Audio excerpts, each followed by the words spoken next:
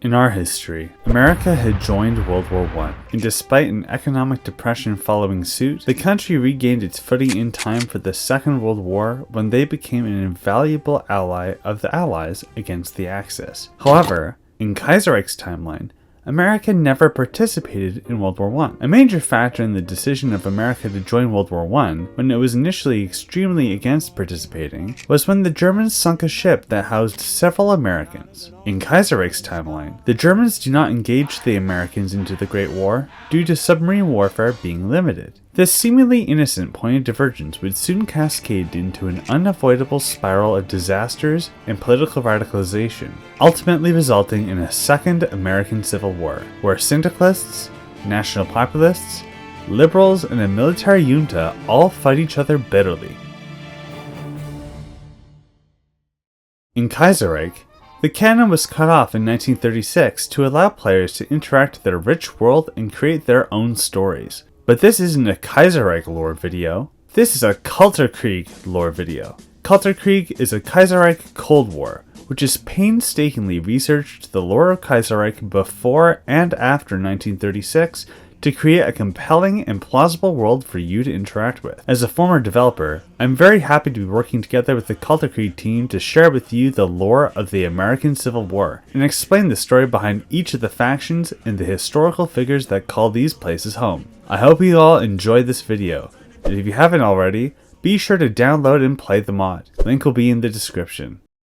The idea of a United States that was not involved in the First World War having a civil war initially seems incredibly implausible. However, once you consider the ramifications of the German victory, it begins to make more sense. After the British fell at the Revolution in 1925, the United States of America lost its greatest trading partner. The destruction of the British Empire quickly affected the American economy. Instead of the roaring 20s of our timeline, the 1920s would mark the beginning of the slow and steady decline of the United States of America towards a second Civil War. In our timeline, there was a significant wave of popularity for the socialist cause in America in the 20s. Now imagine that same ideological wave, but with an America that was far poorer than our history. This red wave would give significant legitimacy to the syndicalist movement. This surge of leftism in the United States would result in the Socialist Party of America and other labor organizations like the Industrial Workers of the World to gain more influence, due to become a major political party in the next decade. In 1920, William Gibbs McAdoo would win the Democratic nomination and the presidency. Despite his merits, he was unable to properly address the problems that would eventually lead to the Second Civil War. In his tenure, he had overseen the violent suppression of a labor dispute, and his vice president had overseen several raids against other socialist cells. This tendency against organized labor had also contributed into his initial response to the 1925 British Revolution and the Great Depression that followed. Still having faith in the two-party system by this point, the American public had elected Herbert Hoover to become president in 1928. However, he too would prove to be controversial, divisive, and ineffective in addressing the issues plaguing the nation. Believing that the economic crisis solutions lied in restoring faith in the economy, Hoover had begun advising several industries to act in ways that would have, in his mind, saved the economy. These suggestions were either ignored or were unsuccessful in their implementation. Despite his approach failing, Hoover had not allowed the federal government to intervene directly with unemployment subsidies. An example of this is his veto of the Garner-Wagner bill, specifically designed to fix the economic woes through direct federal aid to small businesses and workers alike. Seeing as the Republicans and Democrats had traded presidencies, and with both failing to properly address the issues plaguing the nation, the American public had begun to seek different options. A popular Democrat, Huey Long, became extremely popular in the southern states. Huey Long would advocate for populist reforms, sharing some socialist stances in regards to state intervention in the economy, but adamantly opposed any overtly socialist reforms. Huey was also able to gain far more popularity in this timeline, as he did not have to compete on ideological grounds with the far less divisive Roosevelt. Despite the popularity of Huey Long, he would be unable to secure the Democratic candidacy in the primary elections. He would eventually found the America First Party. In 1932, due to the radicalization and lack of a cemented two-party system, there was no majority held by any party for the next United States president. It was then left to the Electoral College to determine the next president. In a move essentially loathed by all, Herbert Hoover was elected by the Electoral College for his second term. This left the issues plaguing the nation unaddressed and further added to the insurrectionist sentiment of the SPA and AFP. The death spiral of the United States would continue, as while Hoover had promised the Democratic Party that he would not veto a second version of the Gardner-Wagner relief bill, the bill would fail to pass. This failure in 1936 is mostly due to the influence of the SPA and the AFP, who both refused the bill simply because if it had gone through, their visions for how to resolve the nation's plight would be overwritten by the efforts of the establishment. The political radicalization of the Union had become so much that even the democratic process was overlooked in favor of partisan politics. As a result, more and more people would flock to the banners of the Red Guards and Minutemen, paramilitary organizations of the SPA and AFP respectively, in order to advance their ambitions to power. In reaction to the increased violence, MacArthur, head of the armed forces, approached Hoover, advocating for the revision of War Plan White. This plan, among several other color-coded plans targeting other nations, was unique, as War Plan White's focus was specifically oriented towards dealing with the internal threats to the Union. Hoover would agree with MacArthur's initiative. The United States Army would begin expanding and begun enacting measures targeting the paramilitaries of the AFP and SPA equally. As if things weren't bad enough, the situation had gotten far, far worse, as the German Empire's economy had collapsed in the wake of Black Monday, leaving the Americans with both the aftermath of the British and German economic crashes to contend with. In an attempt to regain control of the economic situation, the Americans had demanded that the loans they had offered them during the Weltkrieg to be paid back. But the exiled British in Canada refused to pay the loans, citing the previously agreed upon halting of payments until after the British Revolution was quelled. Refusing to alter the deal, and seeing the Canadian delay as an outright refusal, the United States had enacted the Smoot-Hawley Tariff Act, specifically targeting the Entente markets as a retributive action. As America continued their death spiral, it was clear to many that there needed to be a radical shift in government. Despite the close race,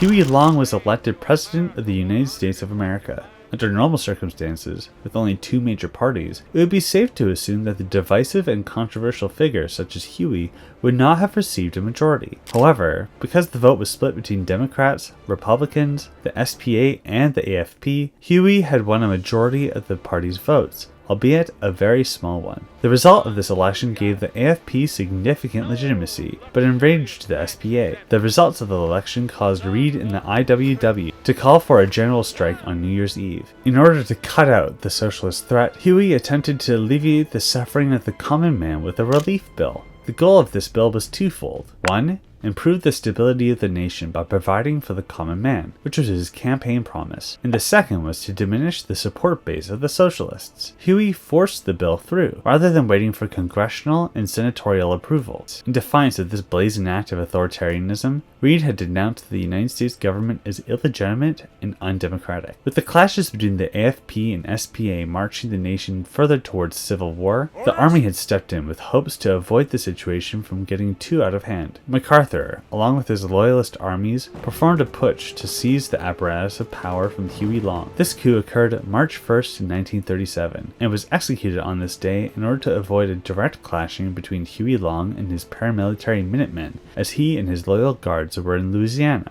With the MacArthur coup destroying the unbroken chain of democratically elected heads of states in the Union after a nearly 150-year streak, the point of no return was reached. Huey Long proclaimed the American Union State, declaring the federal government and its institutions as fundamentally illegitimate and required to be completely renovated under the guidance of the Kingfish. The Socialist Party of America may have been disenfranchised by the actions of Huey, but Reed's denunciations of the federal government's anti-democratic nature had become prophetic with the Army's coup. The general strike had turned into a syndicalist revolution, as Reed, the SPA, and the IWW had all rallied around the banner of the Combined Syndicates of America, also known as the CSA. Despite the kowtow of many Republican and Democratic senators to MacArthur's coup, the Pacific governors were outraged. In response, the Pacific states had declared their own rival government as the true successors of the American democratic model. The battle lines had been drawn, but the Civil War had not started in earnest.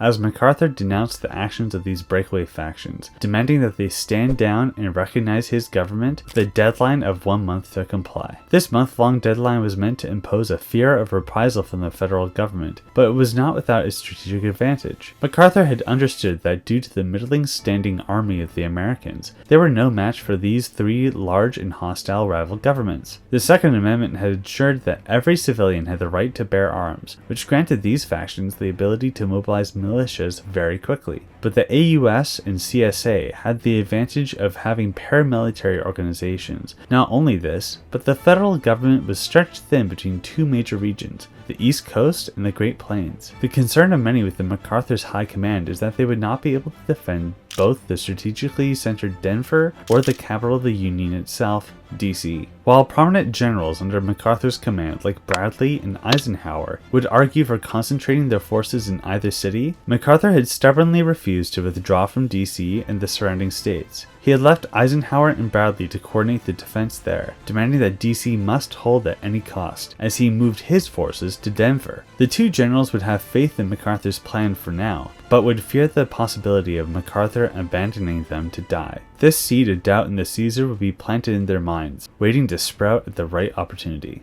With the relocation of MacArthur's government to Denver, the east coast of America became a lawless region, with several regional governors feeling abandoned. Fearing the spread of lawlessness and syndicalism, the governors of New England had begun connecting with each other to form a neutral government and requested the aid of the Canadian Army in order to pacify the region. The Canadians would accept, and New England was safe from direct conflict with the CSA. This intervention may have saved New England and upstate New York from syndicalism, but it allowed for the CSA to gain control of Pennsylvania, New Jersey, and New York City. Similar fears were present in Alaska, where the local governor had petitioned the Canadian government, much like the New Englander governors, to temporarily police their state. But regardless of Canadian treachery, the four rival governments had to assert themselves as the sole legitimate America in order for any action to be taken against them. As March turned to April, the deadline that MacArthur had issued the insurgents had come to pass, with no factions bending to his will. As a result, MacArthur had ordered his armies to directly engage these outlaws to restore order to the Union. Down with the traitors and up with the stars. The Federalists, the CSA, the AUS, and the PSA had all begun their operations against each other in their bids to claim America for themselves. The Second American Civil War had begun.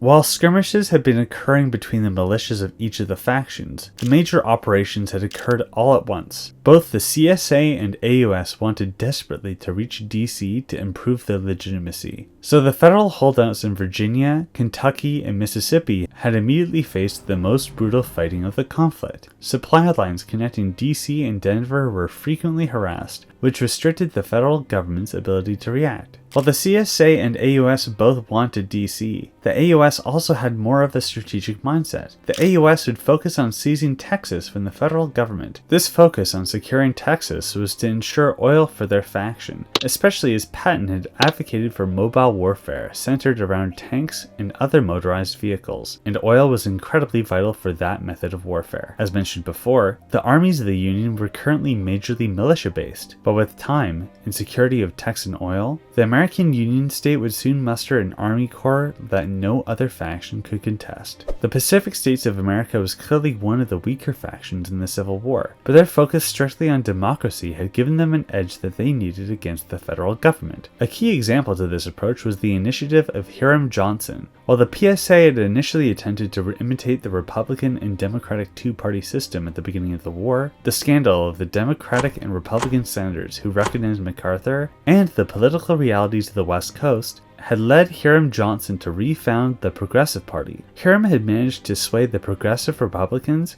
and Liberal Democrats of the West to unite under one big tent party. While there were still many issues that they disagreed upon, the political powers concentration and the distancing from the controversial Democratic and Republican parties had begun to bear fruit. Many soldiers of the federal government began to distrust MacArthur after recognizing the democratic cause of the PSA.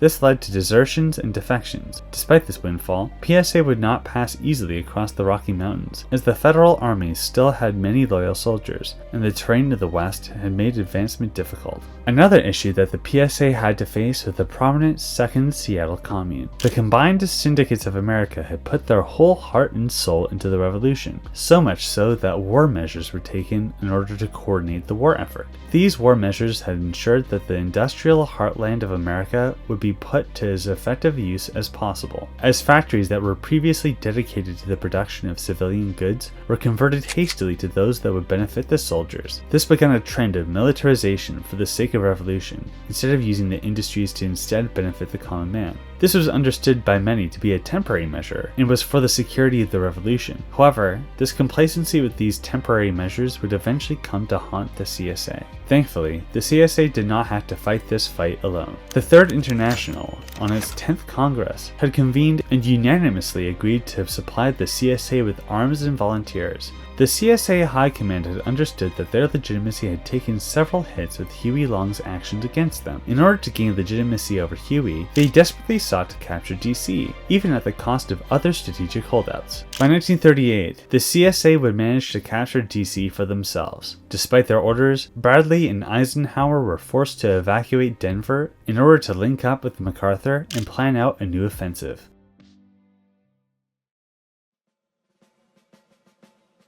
After the federal withdrawal from the east, the AUS and CSA alike quickly scrambled to seize Missouri and Kentucky, leading to the AUS and CSA now sharing a direct border. Despite the chaos through the bottleneck, Bradley and Eisenhower would make it to Denver with their remaining soldiers. Bradley would be sent to the east, where he would perform a defense against the PSA's advances, while Eisenhower would attempt to prevent the AUS's seizure of southern Texas. Unfortunately, the reinforcements of Eisenhower would not make it in time to protect the Texan oil fields, as the AUS had successfully encircled the now supply-starved federal units, gaining total control over Texas as a result. Now that they had control over Texan oil, they'd be able to properly supply their increasingly armored and mechanized army against their foes. While Eisenhower was unsuccessful in his defense, the opposite would be true for Bradley, as the slow, methodical advances of the PSA were halted by Bradley's fortification on Salt Lake City, the most central city of the Western conflict. This city was incredibly strategically vital for the Pacific advance, as nearly all of the railways that they would require for such lengthy supply chains would all reach this city one way or another. The remaining front line of the Feds is their border with the CSA. However, no major advances would take place on this front line, as the CSA's primary focus was to destroy the AUS. The Second Continental Army would perform a massive invasion of the South, attempting to mimic the success of the Federal Army in the First Civil War. However, the AUS had also learned from the Confederates and their failures, ultimately resulting in the socialist advance failing to meet their objectives. There were many reasons why the CSA had lost their momentum in the conflict, but the most prominent reason for this occurring would be due to the diminishment of international volunteers from the Third International, as the Second Weltkrieg had led to the socialists of Europe needing all the men and arms that they could muster in order to destroy German imperialism. This withdrawal of volunteers was not particularly voluntary either, as the German Navy had begun submarine warfare, specifically targeting syndicalist shipping between the European and American socialists. The sudden stress of this situation was far too much for Jack Reed to handle, as in 1940, Jack Reed died to typhus. This cascade of negative events for the CSA and the revolutionary effort was nearly capped off with a direct Canadian military intervention. However, the sympathetic socialist in Canada herself had undergone several sympathy strikes, which prevented the lethal killing blow to be inflicted upon the revolutionary effort. Instead, the CSA's advance southwards would stall as they attempted to reorganize during this tumultuous period. Jack Reed had managed to keep the balance between the syndicalists, the charterists, and moderates of the revolutionary effort through meticulous diplomacy. After the advent of his death, the political debates between the factions would begin to sour, resulting in a bitter struggle for leadership. Leadership of the CSA was such a debate because of the anarcho-syndicalist ideal of no state was getting in the way of coordinating the revolution, Wherever Foster and his Charterists would advocate for strong leadership, they would be accused of revisionism. While the debates had ensued in the Revolutionary Congress, the American Union state had begun executing their counteroffensive. After a period of consolidation, the AUS would begin to rely on Patton's developing mobile warfare doctrine, with doctrinal aid from the German Empire, as well as the German defense divisions spreading fealty to the AUS. The Verdun offensive would take place.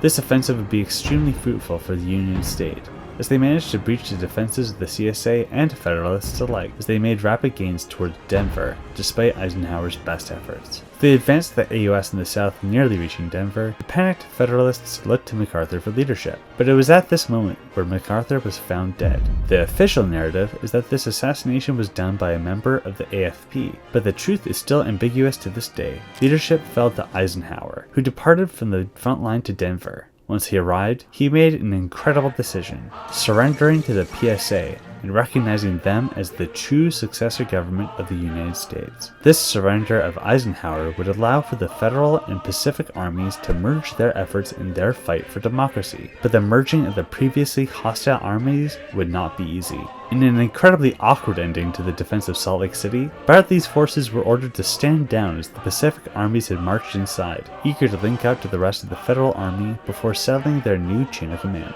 This chaos in the Pacific states had made advancement impossible, but the defense of Colorado would continue. So despite the chaos, Colorado would fall under the Pacific states' control. While the advance towards Denver was thwarted, the AUS had managed to achieve their strategic objective towards the CSA, as Huey Long, the rightful president, had liberated DC from the syndicalists. The symbolic victory of the AUS and their seizure of DC so soon after it had fallen to the CSA had sent shockwaves to Chicago, where the political infighting had reached a breaking point. Foster and his Charterists would blame the syndicalists of Flynn and the moderates of Sinclair for the fall of DC, and proclaimed that only his totalism would ensure the victory of socialism in America. The debates between anarcho-syndicalists and totalists were quickly settled in favor of strong leadership in hopes to preserve the revolution. Thus, Foster was sworn in as the leader of the CSA. Foster wasted no time in punishing the factionalism of the socialist movement. He enacted the policy of socialist unity. This had entailed the political suppression of rivals for the sake of the revolution. These measures resulted in the syndicalist wing under Flynn to be purged. Seeing the writing on the wall, the moderates under Sinclair would go underground,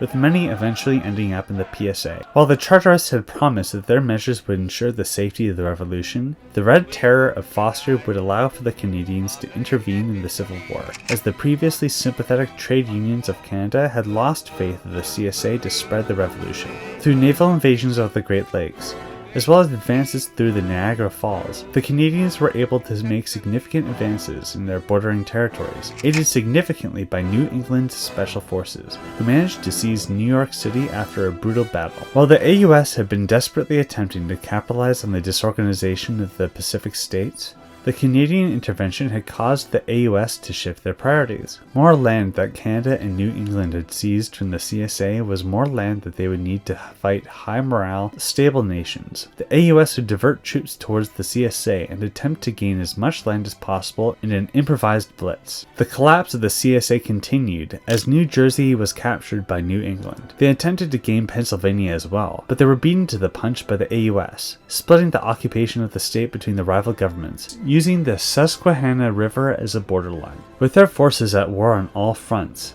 and with the revolutionary movement being fractured due to the controversial Foster, the combined syndicates of America would collapse in 1942. Despite the fall of Chicago, the fight of socialism in America was not over. The resistance cells of the CSA were incredibly strong given their ideological fervor and experience in urban and guerrilla warfare. Despite Canada's vows and intervention for security purposes, the Canadians would not grant these territories to New England. Instead, they would garrison the region heavily to use the natural and manufactured resources of the Great Lakes to support their war effort against the Third Internationale. The Canadian troops were here to stay, whether the Americans liked it or not. The AUS had also suffered an intense socialist guerrilla campaign. initially scattered throughout the occupied territories, anti-insurgency measures had led to the resistance cells concentrating in several states. The regional insurgency that would become the most infamous of them all was the Appalachian Insurgency, led by former Syndicate General Evans Carlson. This insurgency would be a major thorn in the side of the AUS, as they could never properly rid themselves of the Reds, thanks to the difficult terrain of the Appalachians sheltering the Syndicalists from exorcism. While the AUS believed that they would be able to crush the insurgency with enough troops, they did not have the luxury to divert their forces, as the final phase of the Second American Civil War had begun.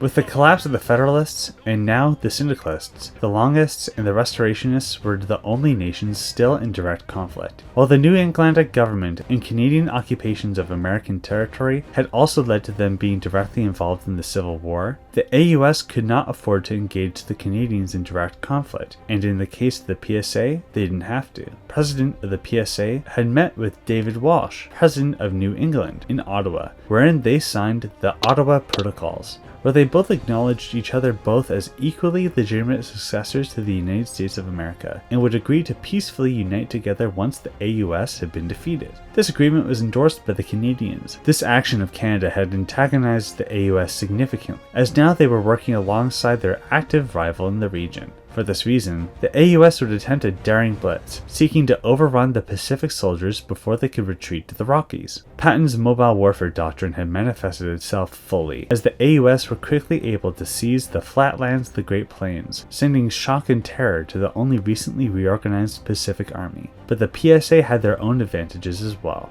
Due to the nature of the advance in the Rockies, air manufacturing companies like Boeing were commissioned by the Pacific government to design long-range bombers. This design choice, that was incredibly situational to the Pacific advance, had also proven to be incredibly vital in stalling the Union's advance to the plains, as the regions which would normally be unreachable by the Pacific airports were now able to contest the AUS's air superiority. The city of Denver would be defended by the Pacific states with extreme vigor. The battle-hardened Bradley would once again show his skill in defending urban areas, as the PSA had managed to continuously push back the longest advance. Both the AUS and PSA knew that Denver was the keystone to the conflict, with a strategic location far more central logistically than even Salt Lake City. The victor of the American Civil War had to hold Denver in order to achieve their ambition. Thus, the Battle of Denver would be akin to the Battle of Stalingrad of our history, and the bloodiest battle of the Second American Civil War by far. The already significantly sour tensions between the Union State and Canada would flare up nearly to the point of no return, as when the armored units of the AUS had swept up towards the Canadian border, several PSA troops had managed to cross the Canadian border. This minor border conflict between the AUS and Canadians threatened to escalate to war, as after the AUS had managed to, finally, seize Denver, Huey Long had ordered the army to begin preparations for an invasion into the Great Lakes and New England. However, further escalation of the American Civil War would end thanks to German mediation. Prior to the Canadian intervention against the CSA, and the beginning of the Second Weltkrieg, the Germans and Canadians had held the Halifax Conference, which had ended up being a success. As a result, the Entente and Reichspakt war efforts against the Third Internationale were intertwined. Due to German desires to ensure the continued support of the Canadian Army in their efforts against the Third Internationale, the Germans would pressure the American Union State to cease hostilities with the Pacific States of America. Due to this pressure from Germany, who is the primary trading partner of the AUS, Huey Long would accept. The result of this Rocky Mountain ceasefire would see the states of Montana, Wyoming, Colorado, and New Mexico all split along their front lines at the time of signing, and as a result, America would finally be at peace in 1942. While the fighting between the several claimants to America had ceased, the world was not yet at peace. The Second Weltkrieg was still ongoing, albeit near the end of its cycle in favor of the Reichspakt Entente collaborative effort. While Germany may have been reaping the benefits of the Rocky Mountain ceasefire, it had left many corporatists within the American Union State to be outraged. While some major corporations like Texaco had benefited greatly from the lack of conflict in the mainland, as now Texas became a major supplier of oil to the Reichspakt, there were still many corporatists who sought to become major oligarchs within the state. With the Rocky Mountain ceasefire, they lost their opportunity, and now Huey Long was slowly beginning reforms which would have impacted their power directly, and this would not stand. In 1943, only a couple months after the Rocky Mountain ceasefire, the King of Fish would be assassinated. To the public, the assassin would be acknowledged as a syndicalist traitor, but to the inner circle of Huey Long and the AFP, they knew that it was under the orders of the WPC. The brazen act of assassination by the War Powers Committee had triggered a power struggle for leadership within the American Union state. The leader of the War Powers Committee, Moseley, would attempt to gain leadership, but the AFP had managed to quickly rally around Huey's younger brother,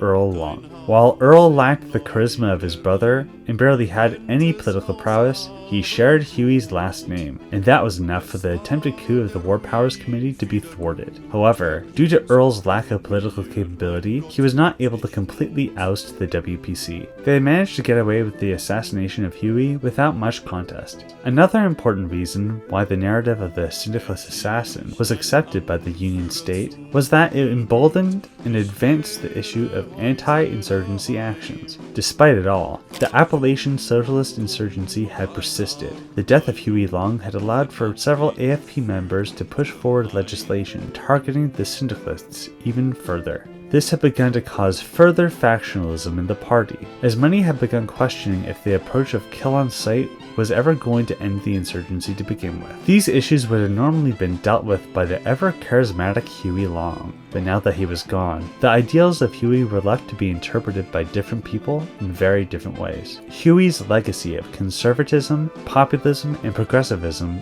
were all equally important values of his ideology. As a result, the party had begun to fracture along these lines. As the 1948 Party Leadership Convention draws closer, a new election is coming that will determine whether Earl Long will continue to occupy the presidency, or if new figures like Rush Holt's conservatives and Sid McMath's progressives will take leadership of the American Union state. After the Rocky Mountain ceasefire, the Pacific States of America had felt like they had just barely avoided their death. Hiram Johnson's Progressive Party had managed to lead the free states of the West to a victory for democracy. With their independence secured, the Pacific states were able to continue the reform that they had sought to achieve with the unification of the progressive elements of the Democrats and Republicans. After the end of Hiram Johnson's second term, Earl Warren had managed to take leadership of the Pacific states. While capable, he lacked the sheer legendary status of his predecessor. Thus, the previously disenfranchised Democratic and Republican parties had begun to gain much more support, with the possibility of the Republicans under Howard Hughes breaking the progressive establishment extremely likely. Regardless of the outcome of these elections,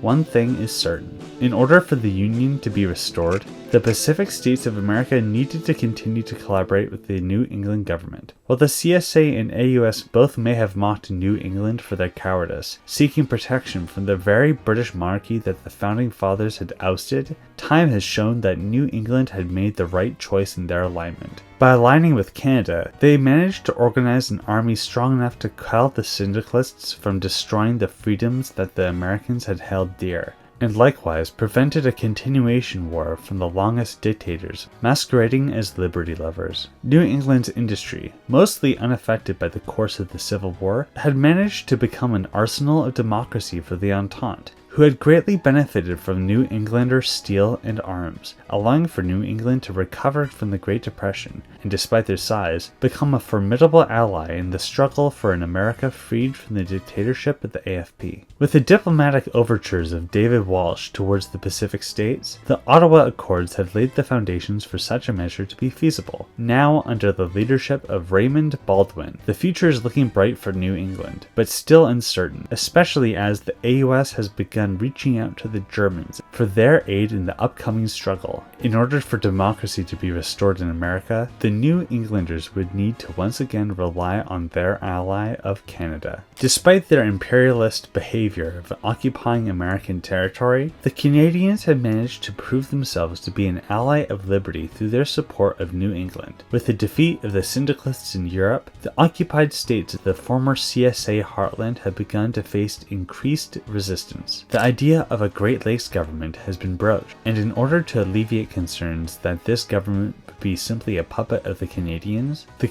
had promised that this hypothetical Great Lakes government would become a co-signatory of the Ottawa Protocols, adding yet another American state into the Alliance of Liberty. There will come a time very soon where the continuation of this conflict will be unavoidable, as the American theater is only one of a small part of a greater conflict between the former allies of the Entente and the Reichspakt. During the Second Weltkrieg, the Germans had managed to develop and deploy the first nuclear bomb, Heimdall, against the Union of Britain, much to the dismay of the British exiles. The British exiles in Canada are soon at the cusp of developing their first nuke as well, evening the playing field in this atomic age, but only increasing tensions further, as the Canadians and their allies begin to resist the nearly unstoppable march of the German jackboot, oppressing the world with their regressive ideals. After the Canadians' successful nuclear bomb deployment, the German hegemon will no longer hold the atomic crown solely, and the Entente, who will soon become the Accord, will begin to take measures to bring down the Germanic Titan. Will the Ottawa Accord's signatories defeat the American Union State, or will the American Union State manage to vanquish the pretenders and fulfill the ambitions of the great Huey Long? Will the Kalterkrieg become a heist one, or will the Third American Civil War remain simply another theater in the clash of ideals? You decide the fate of America and the world in Kalterkrieg. Thank you all so much for watching this. It has been a blast working on this with the development team of Kalterkrieg. I wanted to shout out the KRG devs that really helped me make this script amazing, the America devs of Kennedy, Leaf, Desu, and Flizzy. The rest of the KRG team, you guys are great. Thank you very much. The Kaiserreich developers, I want to thank you all too, whether you worked on it from the beginning or worked on it recently. This project wouldn't exist without you, so thank you very much for all of your hard work. Shout out to Enzo Rafael Souza Silva, Grud, Kaiser Gaming, Jubs, and Solo Leo for being channel members. Thank you so much for your support. If you want to support the channel, please consider getting the support of the channel and giving a membership. When you're holding democratic elections, it's probably not a good idea to stage a coup. I hope you all have a good day.